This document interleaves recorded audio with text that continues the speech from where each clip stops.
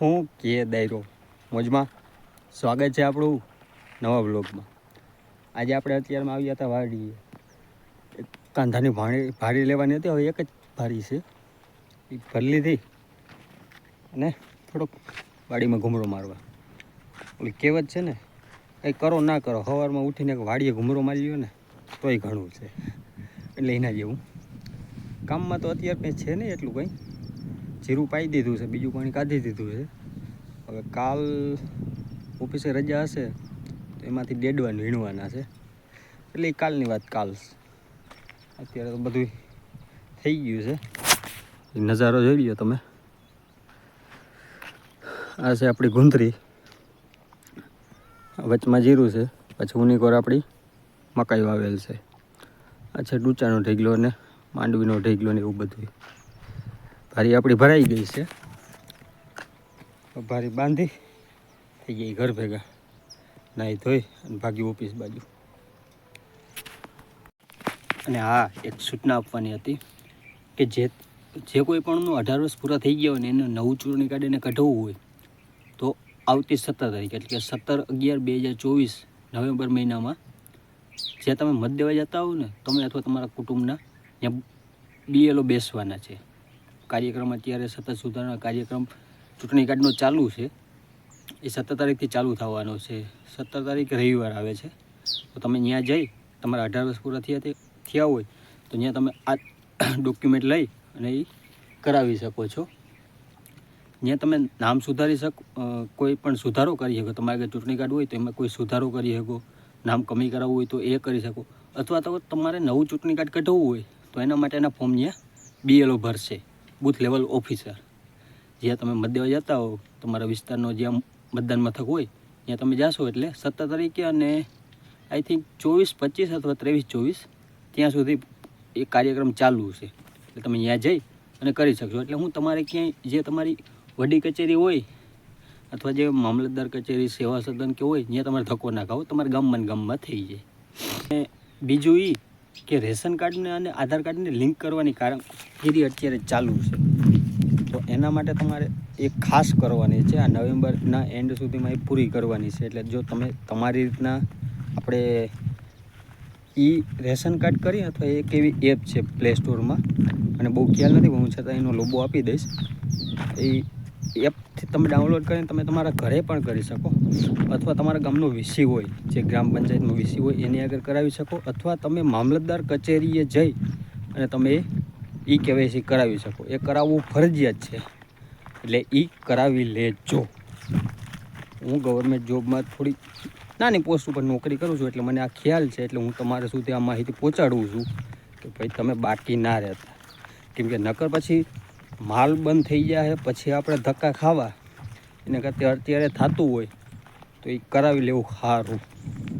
એટલે એક ચૂંટણી કાર્ડનું અત્યારે 17 તારીખથી ચાલુ થાય છે, તો એ કોઈને કરાવવાનું હોય તો એ કરાવી લેજો। સુધારા વધારા, નામ કમી ચૂંટણી કાર્ડમાંથી અને નવા નામ નાખવા હોય, ચડાવવા હોય મતદાર યાદીમાં તો, અને એક રેશન કાર્ડ અને આ આધાર કાર્ડ લિંકનું, એટલે એ બે વસ્તુ છે એ ખાસ એક કરાવી લેજો। જીરા મગજની માંડવી હેઠી રહી ગઈ ને, રૂડા બહુ ઉગી ગયા। હવે આ હુકાય પછી માંડવી વીણવી છે, કાલથી જ વીણવાનું ચાલુ કરી દેવી। થોડુંક પગજલા જેવું થાય એટલે વીણવાનું ચાલુ કરી દેવું। બાકી હવે જીરાને ઉગવાનો ટાઈમ થતો આવે છે।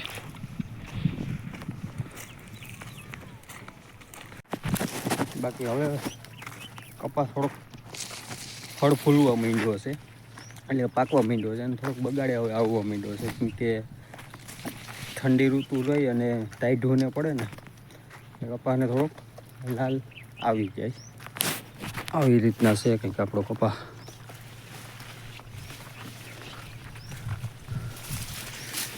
બાકી તો નામી ગયો છે, થોડોક ટાઈમમાં આપણા મજૂર તો આવી ગયા છે, પણ હજી 4-5 જણા આવ્યા છે, બીજા હજી આવવાના છે 2 દી પછી। એ આવે ને થોડુંક નમું થઈ જાય એટલે આપણે વીણી કરાવી લઈ।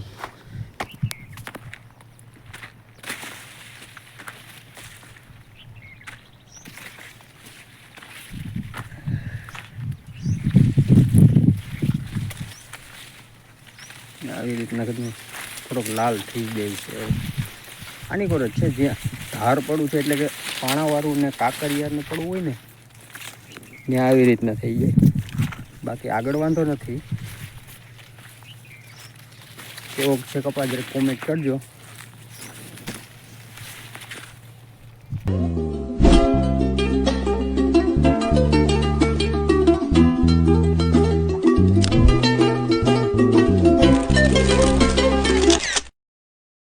આ છે આપણા જોગીની ઝૂંપડી.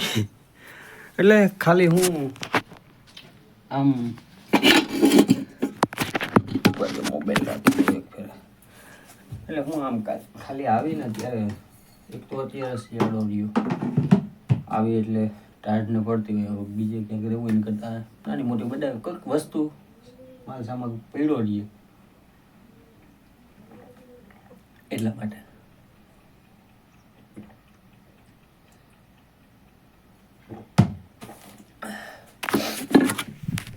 હાલો તો આપણું વાડીનું કામ થઈ ગયું છે પૂરું.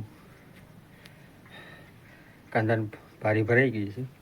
કાંદાની ભારી ઉપાડી ભાગી ઘરે નાહી ધોઈ અને ભાગી ઓફિસ બાજુ. કાલ લગભગ રજા હશે એટલે કાલ આખો દિવસ વાડી આવવું જોઈએ. હા, જીરાને ક્યારે હોય એમાં માંડવીજી વીણેલ છે પણ કોઈક રહી ગઈ હોય એ વીણવાની છે. એટલે આજે હું આ પાયલ છે એટલે કાલ થોડુંક પગજલું થઈ જાય પછી વીણી નાખીને જે થાય પછી માંડવીનો ઢીગલો એ જે આપણો મીમ પડ્યો છે એને ચોખ્ખો કરી અને ટેકામાં લખાવેલ છે. ટેકામાં જો વારો આવી જાય તો કાઢી નાખીએ. કારણ કે વેપારી કોઈ સારો ભાવ દે તો એમાં દઈ દઈ એટલે પૈસાવાળા થાય. એટલે ચાન છૂટી નીકળી જાય પછી કપારીએ જીરું રહીએ એટલે રાખે. હાલો મળીએ પછી. ભારે એવડી મોટી બે ભરાઈ ગઈ છે ને મારા ટાંકી ઉપર બેહવાનો વારો આવ્યો. જોતા ભારી કંઈ વાંધો નહીં. નિરાત હાકીને પુગડી પાછો અમારો વાડીનો રસ્તો એવો છે ને નકરા હું વરસાદ બહુ પડ્યા ને રસ્તો ધોવાઈ ગયો. કર્યું હમો અત્યારે તો આમાં કોઈને વેત નથી. માંડવી તીત કરવામાં માંડવ્યું કાઢવામાં કરી છે. બાકી ભાઈ હું થોડુંક સહેજ કરી ગાડી પુગાડવું કંઈ વાંધો નહીં. હાલો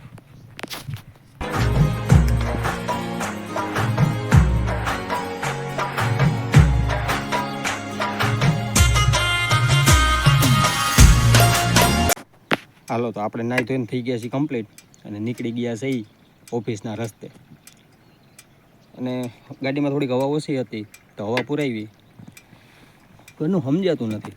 અમુક માણસોની હવા ઉતરતી નથી અને ગાડીમાં હવા રહેતી નથી. કંઈ વાંધો નહીં. હાલો હવે નીકળી જઈએ ચશ્માને હેલ્મેટ પહેરી. અને ઇન્સ્ટાગ્રામ અને ફેસબુકમાં ફોલો જરૂર કરતા આવજો. લિંક નીચે બાયોમાં હશે, ભૂલતા નહીં ફોલો કરવાનું. તો હાલો મળીએ બીજા વ્લોગમાં. ત્યાં સુધી બધાને જય દ્વારકાધીશ.